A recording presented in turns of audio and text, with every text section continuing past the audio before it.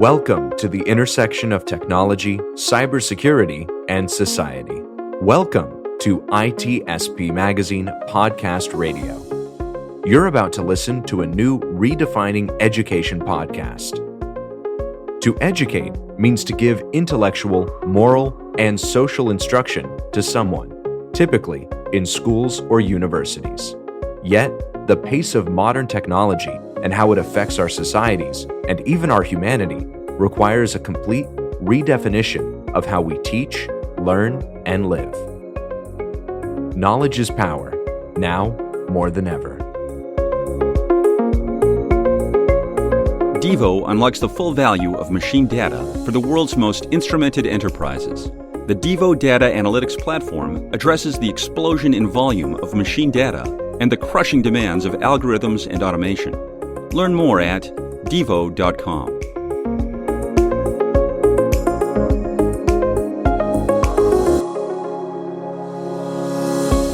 Good afternoon, and welcome to our NPower Advancing Tech Careers Collaborative third quarter networking event. My name is Roland Selby, Vice President of Strategic Partnerships. Our topic tonight is the escalating demand for tech talent, and we have assembled a dynamic panel to discuss this topic. Before we begin the panel discussion, I want to share a little bit about NPower and who we are. We are a national nonprofit composed of mission-aligned and purpose-passionate people. Our desire is to provide a learning community for our veterans and young adults to gain professional skills and in-demand IT certifications that provide a gateway to the tech and tech-adjacent careers. NPower aligns our corporate partners, foundations, and other resources to assist with creating a diverse talent pool of job-ready young professionals to offer assistance with addressing the tech skills shortage. We provide our trainees with mentors and post-NPower support to start meaningful careers, earning family-sustaining wages and salaries.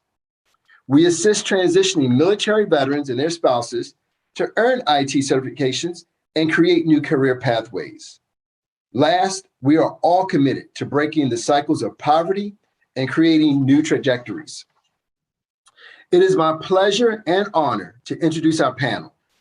Our moderator is Sean Martin, co-founder, operations and programming director of ITSP Magazine.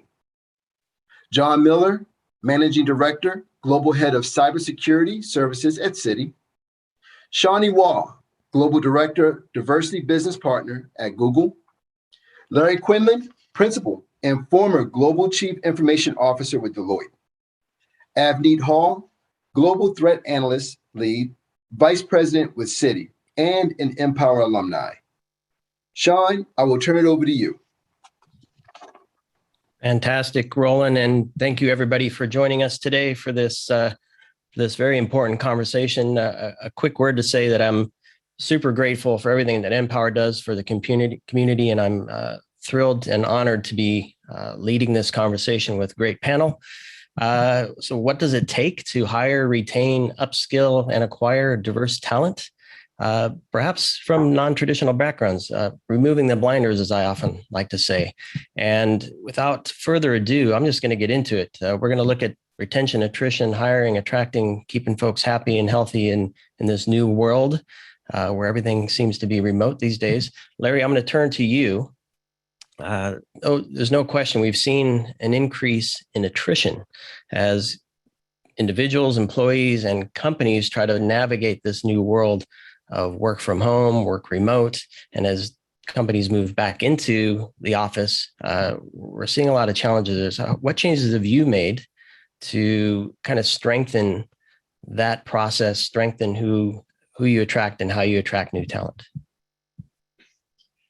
I think we're making tweaks more so than fundamental changes. And I've been in this business a long time, and I've seen the ebbs and the flows. We've needed talent in certain spaces. Attrition has spiked and come down. It's always important to react, but I believe not to overreact. And I think there are lots of credible people out there who completely disagree with me, I'll admit.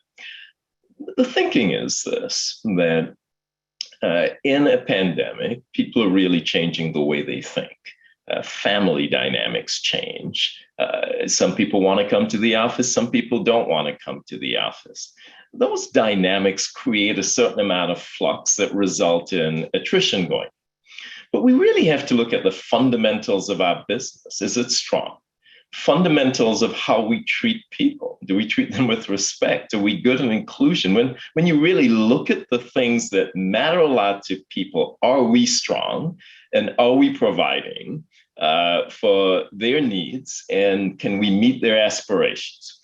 And that's what we think about most as an organization, as opposed to, we're going to make 25 new changes because of the pandemic to assure our attrition rate goes from X to X. It's more long-term.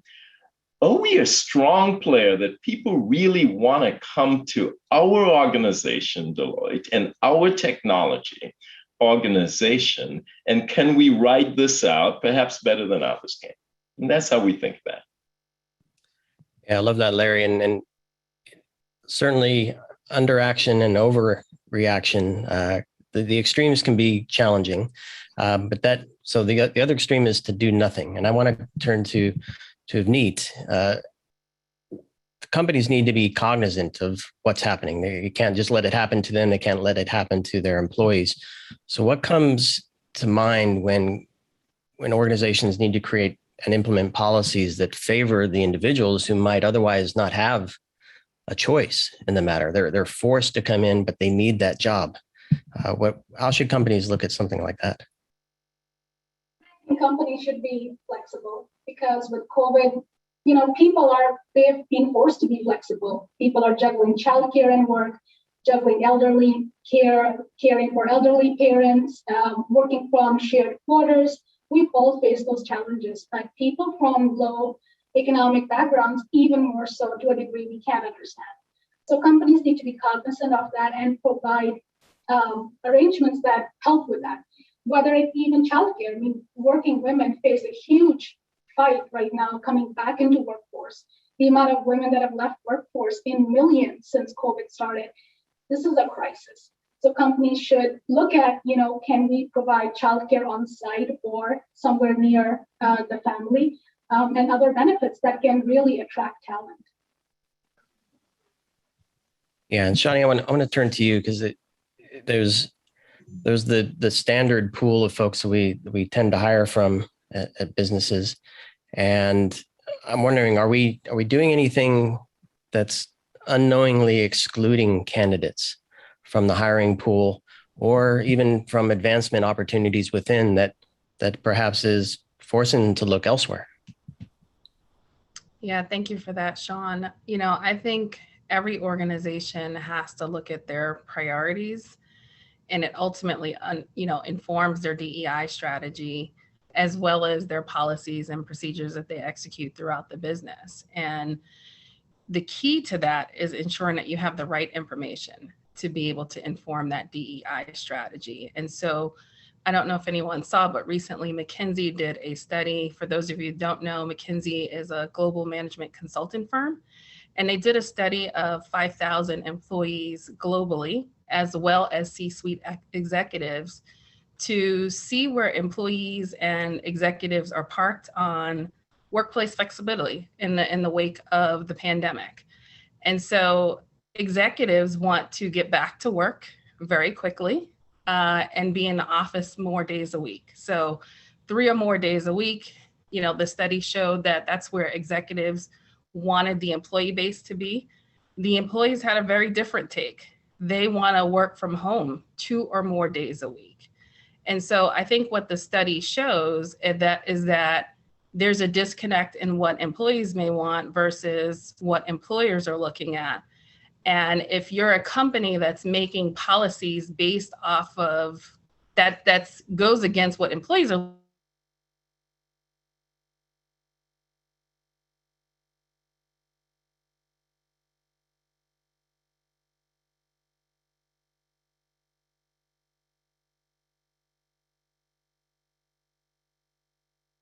we focus on growing our workforce. How do we focus on supporting the communities that we work and live in, as well as how do we build inclusive products? And so we've had to do a number of things to even enhance our own hiring strategy to ensure that we're getting a more diverse candidate pool globally. So a couple of things that we've done, we have expanded our university reach. We've gone from 75 universities to 800 universities globally. From a retention standpoint, we've had to take a hard look at certain communities within our four walls and try to understand why certain groups were leaving faster than others, and were we doing things that were contrary to what they needed in the workplace. So I think there's a number of things that as employers move on, they learn from, right? You know, I will say Google, we don't say that we have all the answers, but the goal is to continuously make progress in these areas. Yeah, fantastic. You know who has all the answers? John. I'm joking. No, but John, I'd like to get your thoughts on the topic of attrition and retention. Yeah, listen, I mean, it's been a challenge, a significant one in the cybersecurity space, even prior to the pandemic. I think the pandemic is only going to continue to make this more of a challenge and really force us to be more creative. We spent a bit of time just now talking about, how do we hire, and how do we hire, how do we be inclusive? And, two big things that were helpful to improve my diversity numbers against my goals was to take a look at how we're writing these job descriptions. We write these job descriptions, they're uber long, super boring, and it looks like you have to be a rocket scientist to know every single technology that's come out since 1982. Between the years of experience that are typically put there and the educational requirements, we're missing a lot of opportunity to go and hire people who actually have the practitioner level skills and the engineering skills that we need to work on the modern technologies we've implemented or want to implement. So really retooling those resumes, even the wording that we use, right? The adjectives we use, the pronouns, being more cognizant of and caring around that. When it comes to retaining people have a lot of options, and the surveys, the report that McKinsey did, it's very interesting in that if you're forcing people to go back in 3 days a week, and it's something that they can't do, they're really not going to have a choice but to look elsewhere. Fortunately for them, I guess, there's a lot of opportunity out there. But that's gonna hurt long term. It really is gonna hurt long term. And we want to keep things interesting. We want to give people opportunities to learn new skills. In the past, a lot of companies would just provide continuing education on the technical area that team focused in, and that was really kind of limiting people from learning the new things that they wanted to. So making training programs available where folks can, be more cross-discipline, where they have not just one career path that's in front of them, but they have 3 or 4 that they can go down. So yeah, a lot of opportunity for us to do better in those spaces.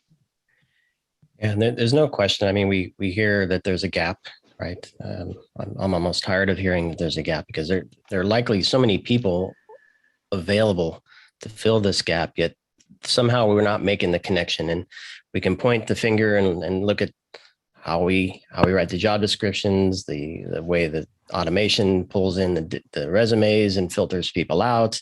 We're not even looking in the right places. We have requirements on certifications and degrees and you name it. It's difficult to make that connection. And I want to turn to Avneet to hear a little bit about her story as an NPower graduate, and how did working with NPower enable you to present yourself, have the skills, find the connections, and ultimately get into a role that not only you can exceed and excel at, but actually enjoy as well? I do. I really like my role. I like the culture where I work.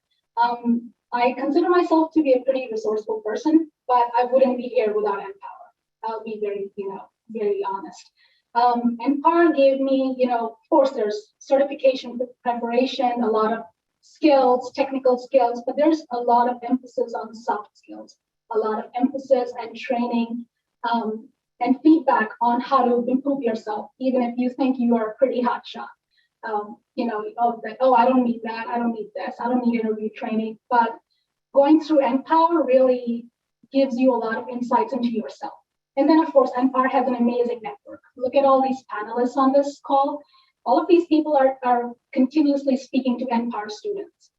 They are highly engaged. These people and more, many more are available to NPower students to talk to mentor. I did seek out such a person to be my mentor during my NPower, and that helped a lot. So yes, it's and I don't see that access in many other campuses, even for many other students who are going through university programs. So it was very helpful. And Larry, I'm gonna turn to you, and this is something that popped in my mind because there's training and having an aptitude and having a desire and a passion, but if the individual doesn't have the connection or the exposure, I saw some social media activity the other day that said, I'm trying to get a job, but everybody's asking me where I presented at a conference or what CVV I've submitted. How do folks get awareness? How do they find the connections to find the right jobs?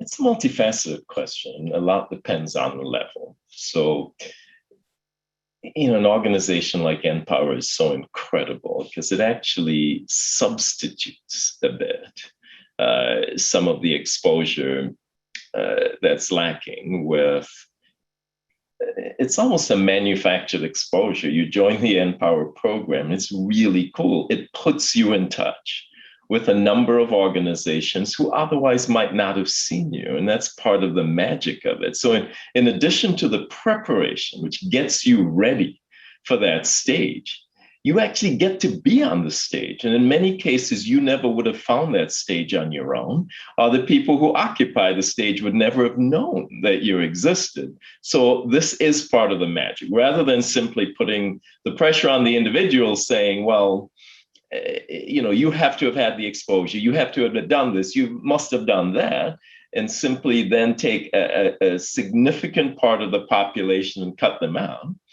We're now saying, let's break down some of those artificial barriers. And with a program like NPower's, give people exposure, which then allows them to prove themselves. And that's what I love about it. Of course, at different levels in the organization, you then have to take personal responsibility for eminence. I tell people in my technology organization at the time, and they're sick and tired of hearing me saying it, you got to be famous for something. There's got to be a reason why we know who you are, why we want you on the team. Go get famous for something. It doesn't mean that's all you do, but spend time becoming famous for something that you're known for, something that you write about, something that people would say, we want her on the team. And John, to you, before I go to Shani on this next point, what are you looking for that you're having a hard time finding? I mean, the threat landscape changed with the pandemic. The requirements for how you run the business and build your infrastructure have changed, and therefore the needs for your team have changed.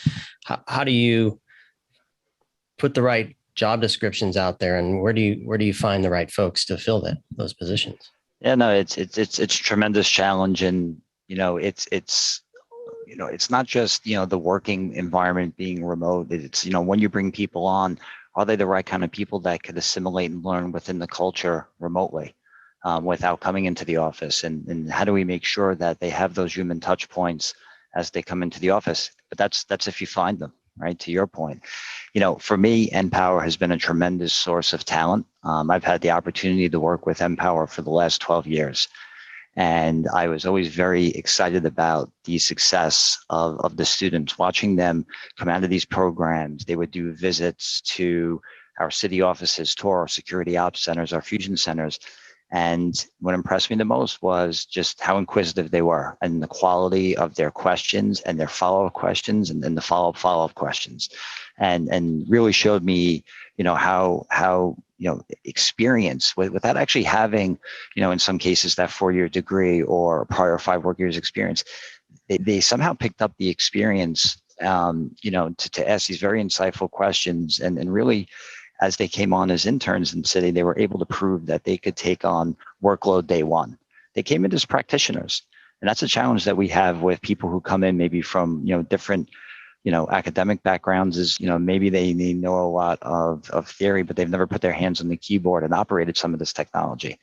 So, I just found that immensely valuable. And as NPower continues to evolve and we have programs like the ATCC, it's going to be even more successful, and it's going to help me fill that need. So talent that I can't find it's going to be the same across the panel. Cloud, SaaS, security service edge, web isolation, the DevSecOps, right? There are these areas that, some are newer than others, but there's a really, tough talent crunch right now. And it's kind of like the build versus buy. There's only so much of this talent out there. And if you're going to be a company that goes and looks for the people who have spoken at all the conferences, there's not that many of them. There's really not that many of them. So people who are coming into, out of the NPower program and want to come into the workforce, they come with the basic skill sets, not just tech, but as Avni pointed out, the soft skills required as well. And I am confident we've proven time and again that we can help begin to upskill them into some of these, these more challenging areas where it's really hard to find people. And obviously that's the point of this whole program. So, I want to be the biggest customer of this program. I want to attract as much talent out of this program into City as I possibly can. Love it. And you said soft skills, and at least for me and perhaps many of the folks listening, immediately place the ownership of that skill or that attribute on the individual. And Shani, I want to go to you and talk about that in the context of the company, providing a sense of belonging for that employee within the environment. So it's not just can they configure a firewall, but can they have a meaningful conversation of how that impacts the bottom line or the top line for the business and be part of the security culture and be part of the team. Absolutely. When we look at our DEI strategy, there's the piece around hiring, right? Oftentimes companies talk about hiring, getting folks in the door. But what you just talked about is really the inclusion piece, right? So once I join an organization, do I see myself having a long-term career? Do I see myself fitting into the culture? Is the culture welcoming to me? So these are all the things that I think all of us are looking at when we think about inclusion and belonging. And do we have a workplace and an environment that is inclusive of all cultures, right? All backgrounds. You think about Google, we have 140,000 employees globally, right? So we represent dozens of communities. And so it's not a one size fits all. What works in the US from a belonging standpoint is very different from what may work in the Middle East.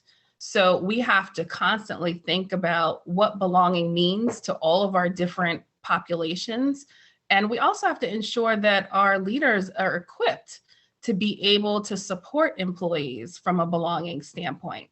That's not always easy, right? So if I'm a leader in New York and I have a very dispersed team, I can not only act as a New Yorker, I really have to act as a global citizen for the workplace to ensure that there's true belonging there.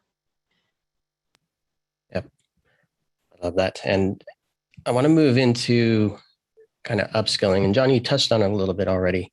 So I'm going to come back to you with this idea of build versus buy.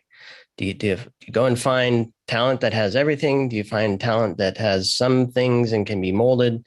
Do you fill the gap with existing folks within the company and cross-train them? Because there's a lot of new things to learn. So how do you manage that build versus buy and find the right talent and grow the right talent? So you're coming back to me now. I apologize. Yeah. So the build versus buy, it comes down to a few things. Obviously timelines are very important, right? So if you have the luxury of time, you probably have more choices on the table. So, most companies like Citi, we like to move with a sense of urgency. So oftentimes when it comes to certain areas of cybersecurity, we're in a position where we have to do that quick assessment of the field. What kind of talent can we attract? How much is it going to cost us? And can we build upon it? And oftentimes that's exactly what we do, right? We understand where, where the workforce is strong. We understand what we still need to, in terms of upgrading the team and their skill sets. And you know what, there are periods of time where we do need to inject or partner up with, different firms out there to help us fill a gap, but also teach us how to fish along the way. So we've been very successful there. But one of the things that we learned very quickly is that, as you upskill people, you have to remain competitive. You have to retain that talent. You have to make sure they stay interested, they stay compensated, and that they're attracting additional people, to your firm. That was something that we did very well with this year on my team. We were able to, hire some folks who were, they had some influence out there and some experience. And I said, listen, we like working here. Here's why we like working here. You should work here too. And, leveraging those informal networks has been, very important for us, especially when it's come to recruiting, diverse talent. Yeah, and as somebody who has gone through the program, Avneet, I'm wondering how or what message you can convey to organizations that may or may not be looking in the right place or for the right folks. How can they get the right team in place or the individuals in place and help them grow in their career? One thing I can say is that this is the future of work. COVID has forced a lot of people to work remote, but this is the future of work. Companies have to be flexible, have to be agile. Companies cannot write in job postings, we're an agile workplace, and then take 2 months to come back to a candidate with a yes or no for a job position. But that is pretty common. So, think different, think out of the box, because the talent is, we have no idea of the amount of talent out there. We're just talking about the United States, but if you look at other countries, like I come from India, 50% of the Indian population, which is 1 billion, 50% is under the age of 35. There's 1 million young people entering the workforce every month. There is enormous talent globally. So, and we're talking about companies, on this panel, and who are listening, they are global companies. So there's a lot of talent out there to be harnessed, to be improved, to be bought, but also to be really understood. So there's a lot of potential. I think that's what I have to say. And Larry, I want to turn to you on this point of upskilling folks. So, and let's look specifically at employees are working from home remotely, and that changes how you have to manage cybersecurity and the skills that those folks need. How have you pivoted to ensure that your team has stayed up to date on the things they need to be aware of? Sure. So a few things. I'll start at the front end of the question, at the build versus buy. We believe if we want to be a going concern for the long haul, people become the most important element of that, and therefore the notion of building is incredibly important.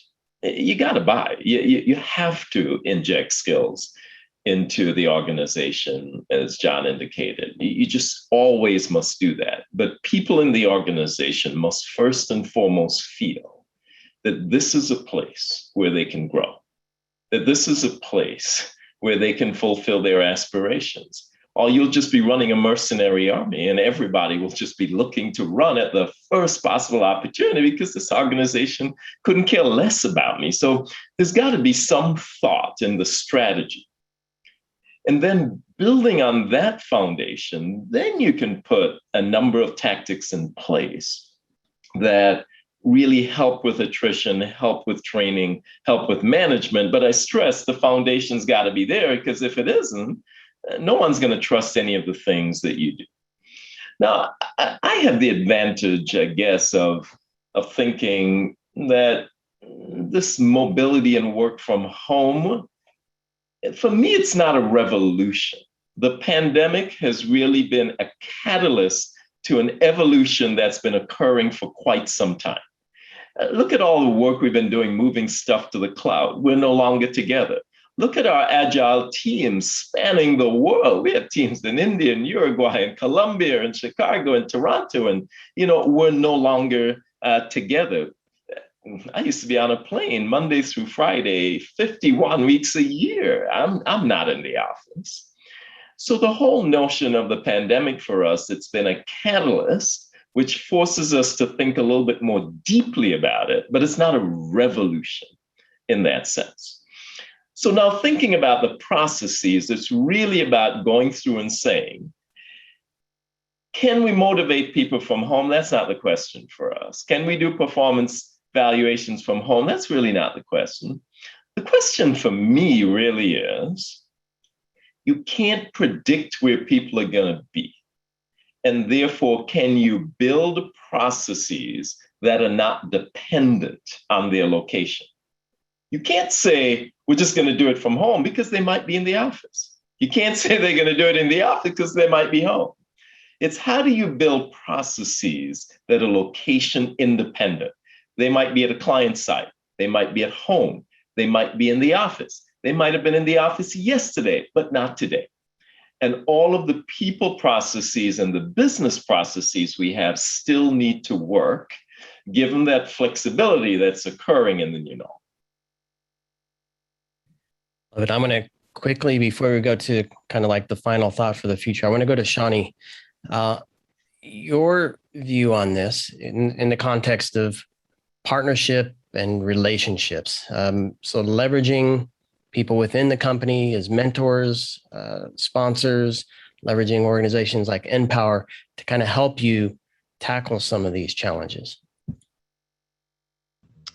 Yeah, I would say, I think for any talent, people, DEI strategy to work and be effective, it really does take a village, right? So Google cannot accomplish what Google wants to accomplish by itself. We need partners. We need university. We need organizations that can help us understand advocacy of the communities that are within our four walls. We need universities to build out STEM education so that we can have a diverse pool. We need organizations like NPower that really focus on technical talent, diverse technical talent, helping with upskilling so that we can meet the demands of the market. So I think all organizations or all successful organizations recognize that there's always going to be a strong need for partnership and different types of partnership. Like I said, from an advocacy, from a talent perspective, and really to support what you're trying to do long term. So, we continuously look at what partnerships will help us meet that business strategy. We know that the market is changing. We know that what employees want are changing. And so we have to think about professional development, advocacy, all those different things in an ecosystem that really helps us, get to our end goal. I like that, Shawnee. And we often forget, why are we doing this, right? And ultimately it's for the business, and then business provides some value back to society, presumably. And so we have to remember why we're doing this, and hopefully that'll inspire people to want to be part of what we're doing, not just from a cybersecurity perspective, but from an organization perspective.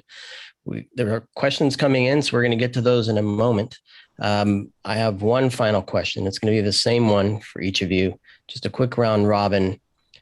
What does the future hold for hiring in whatever the new normal looks like? What do we need to change from the organizational perspective, from the candidate perspective, to be diverse and equitable and inclusive in our bringing people into this industry? And Nita, I'm going to start with you. So I can speak for a student perspective, to everybody listening out there who are NPower students or prospective students. NPower is a great opportunity. It is a relatively short-term commitment, but if you give it your all, the rewards are numerous. It is cutting-edge technology, certifications that are at the front of the line, certifications that industry is looking for, and really puts you in a place where you can get a strong head start to your career. So that's what I have, because I've been blessed to go through NPower. I talk about NPower every opportunity I can. I've had a lot of colleagues who, even though they might have left City, have come back asking me, can I connect them with NPower? Because they realize the talent NPower provides. And I sometimes see, that I always encourage new students that this is one of the best things you will do for yourself and for your family. So don't underestimate it. I've told students that when they go speak at career fairs, be proud to say you're an NPower student, because they might feel intimidated that, there's Ivy League students and I haven't been to university, but recruiters know NPower, especially in the East Coast recruiting circuits I've been to when I was looking for positions. People know NPower and their ears perk up. They're like, okay, yeah, I know. They have a sense of your caliber when you say you are an NPower graduate. So be proud of that, use that, leverage that, and just give it your all. Maybe, and there was a question, and we'll probably come back to it for Larry, is what does it mean to be awesome at something? Or what was the question? But maybe that's it. Be proud of the work that you've done at NPower. Shani, I want to go to you, the future of hiring. Well, first, I want to make sure Avneet doesn't talk to any more recruiters. So, I'd like to take you out for a cup of coffee tomorrow, if you don't mind. Listen, there's so much to say about it, but what I'd like to go with right now is I think the future is organizations like NPower and companies like all of ours and their partnerships with them, right? To fund them, to support them, to help them, to teach them, and then to get the prize, get access to the great people that come out of that program and make them part of your companies, make them part of your culture. I think it's a competitive advantage, and I think there's potentially, some companies that haven't thought about it that way yet. I think they'll need to be competitive in the future. Yeah, well said, John. Shani. I would say STEM education and STEM careers continues to be the wave of the future, right? If you look at what we're going through from a pandemic perspective, healthcare workers, which are also STEM field, have been at the forefront. If you look at technology jobs, they've been at the forefront. And so for NPower students that are in the STEM field, the world is really your oyster, right? We are looking for you all, right? You have the pick of the litter. And so be mindful of that, be wise about the choices that you're making from a career perspective. And I think from an employer perspective, it makes it that much harder, if I must be honest, right? It makes it that much harder for us as we are looking at candidates, and we have to work that much harder in order to meet that demand from a hiring perspective. The other piece is you truly have to think about talent from a global perspective now. Gone are the days that you can only think about regions or cities. You have to look at the full talent landscape. And so that is actually a positive thing, in my opinion, for many of the companies that are on this panel, is that we have a much broader reach as we are thinking about talent and the talent landscape. Excellent. And the future from you, Larry, and then we're going to, for everybody listening and participating, the Q&A is open. I'm going to hit that list as soon as Larry gives us his vision for what's coming. So I really think the future looks bright. There are a number of things that are intersecting that are really interesting to me. So you've got the whole social justice movement going on, which quite frankly forces people to stop ignoring slices of the population that they were very comfortable ignoring, and blaming that population for being ignored at the same time. Then you've got a pandemic, which, as terrible as it is forcing us as organizations to really take a look at how we recruit, how we retain, and how we pay attention to the aspirations of our people. And then you get this whole mobility space accentuated by a pandemic, which which now doesn't require you to fly to New York for the job interview. We've now hired millions of people without them ever having set foot in a facility. And that allows people who've had family obligations, who probably couldn't fly across the country somewhere, who companies wouldn't even have looked at them because they didn't want to fly them there. That whole mobility space has exploded. You put those three things together in my mind, in addition to a few others, and you get a place where we can be seen as candidates more effectively than we could before. We get a place where we'll be listened to, I think, more than we were before.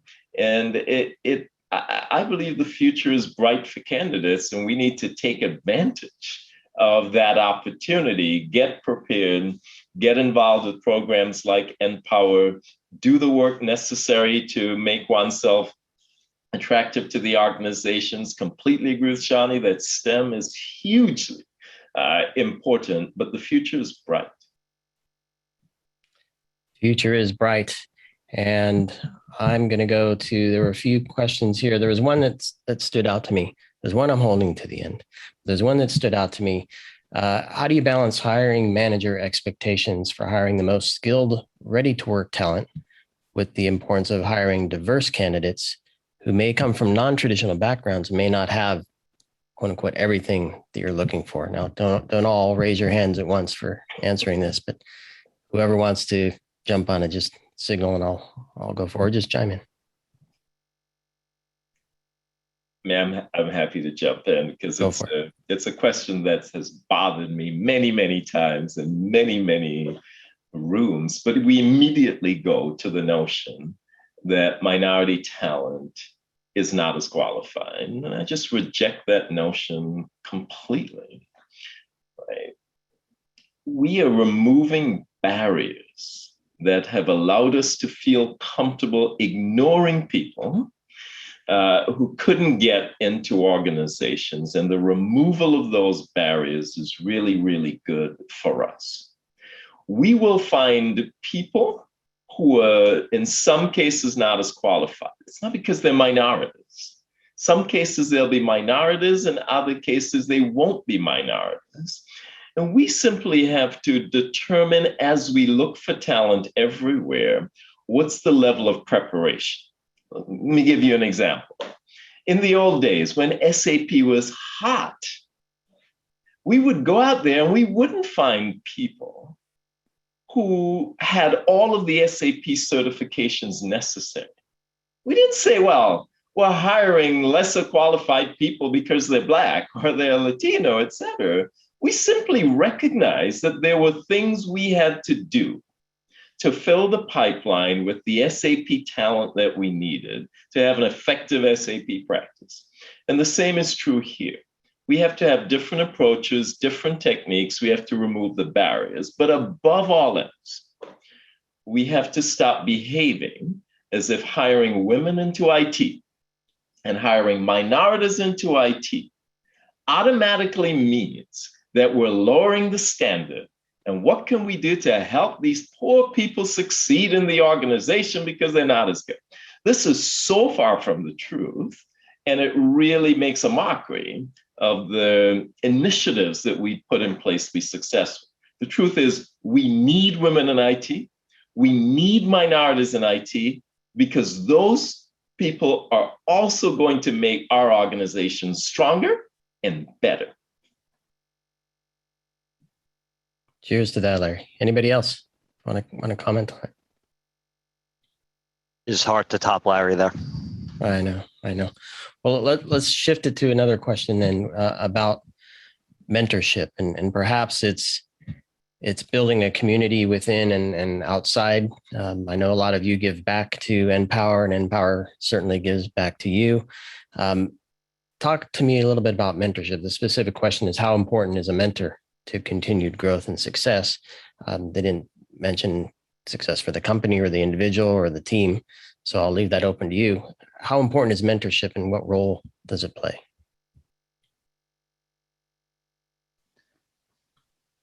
Oh, Sean, I'll talk about, mentorship even just from my own career. When I look back And I'm an HR professional. I've worked in pharmaceutical industry. I've been in aerospace and defense, and I've been now in the tech industry. And when I look at those that were mentors for me, every time I made a decision about my career or thought about moving to another organization or was brought to an organization, I could always go and talk to my mentor first. That person was the individual that could give me sound counsel and advice. They would also balance, work with what I was trying to do personally, and just really play that shepherd role of, things that I should be thinking about within the organization, how to navigate some written and unwritten rules as an African-American woman in each of those industries. And so I think mentors play an exceptional role from a retention perspective, growing and developing talent within organization, and really also being an active ear of how employees are thinking, right? So if I said to my mentor, hey, I'm not really feeling welcomed or included on this team, that individual could remove barriers, or have conversations that I would not be aware of. And so if you think about that in the context, again, of inclusion and a talent strategy,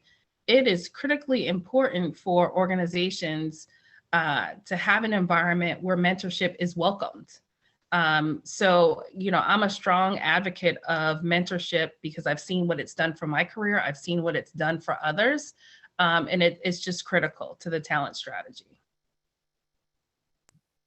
Thank you for sharing that, Shawnee. And we're coming close to the end of time here. So I have one question that I've been holding. Yeah, I don't know. I'm looking at the time here. We have some time, maybe. Maybe if all right, so we have time. Maybe one more question.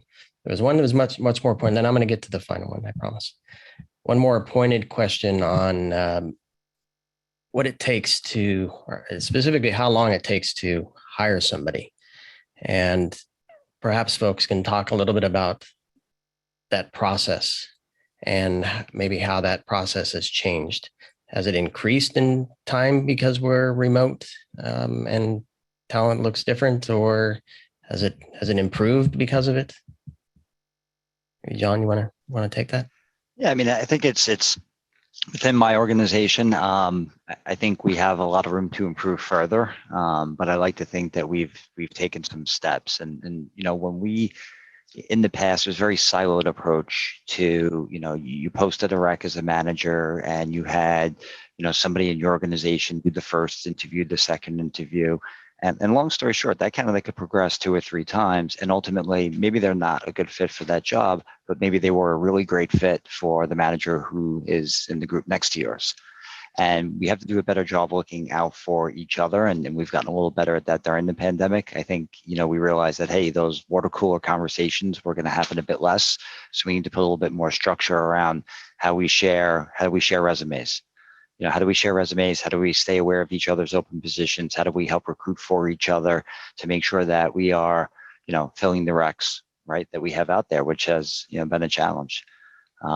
So, that's one of the things that's been very helpful for us, and certainly I'll say it again, always tapping into NPower, whenever you get a chance. And I think, all the folks from the different organizations that joined this webinar today, you should be thinking about how you can benefit, by partnering with NPower, right? Volunteering yourself and providing people coming out of these programs with opportunities.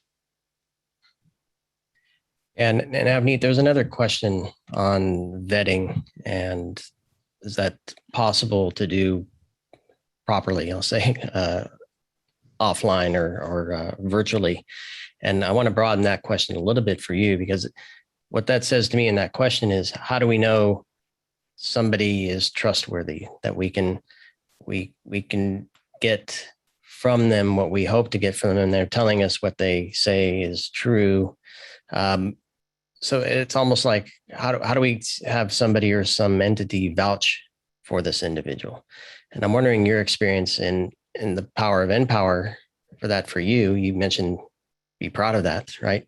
How can candidates and other potential people looking for a job leverage that work from NPower or elsewhere to kind of help with that vetting process? So you're asking that how can NPower graduates leverage that process? Yes.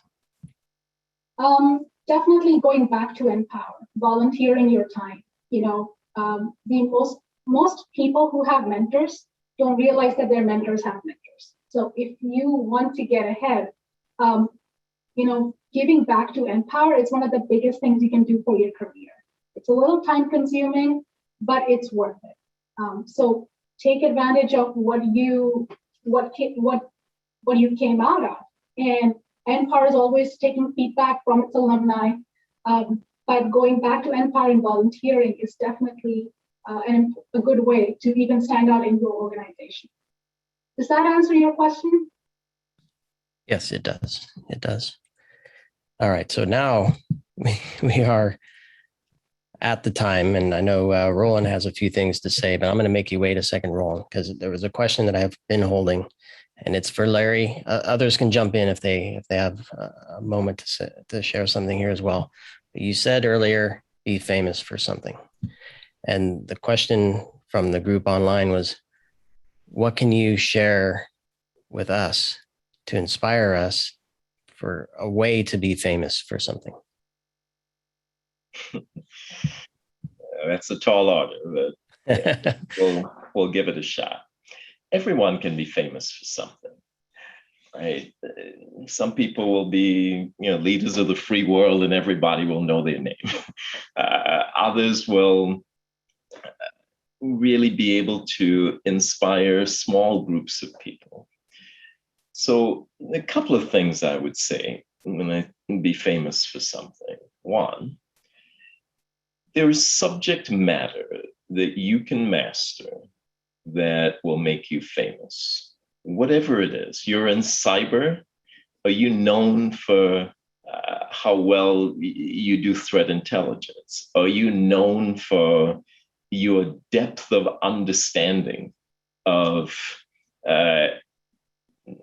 attack organizations? Are you known for your ability to make process work so that from the vendor evaluation process all the way through, they just know, call you can make it work like no one else can because you put the effort, the time, and you're famous for this. As you grow in your career, are you speaking about that? Are you putting something on social media where your name becomes associated with that? I ask people sometimes when they Google you, what do they find?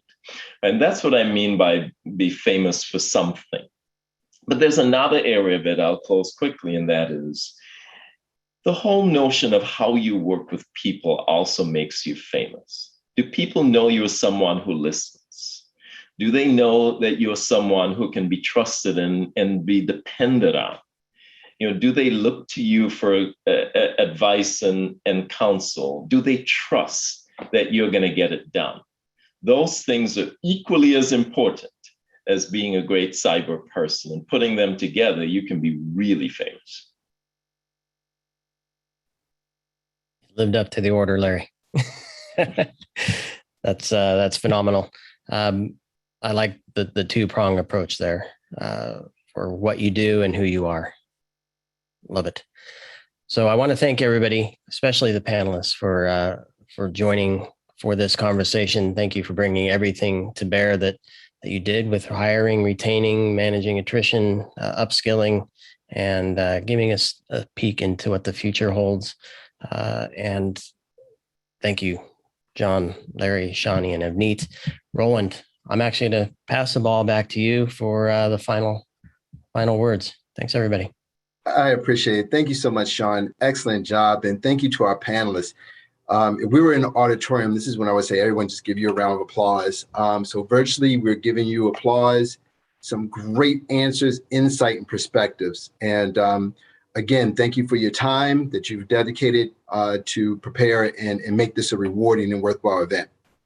So I'd also like to say thank you to our attendees this evening. Thank you so much for taking the time out to hear about what our panelists had to say, to gain some insight, perspectives, and hopefully some nuggets of wisdom that you could take back to your organization. We had a great event this evening, and what I'm looking forward to do is at least follow up with these conversations and allow us to have an opportunity to explore how we may be able to collaborate.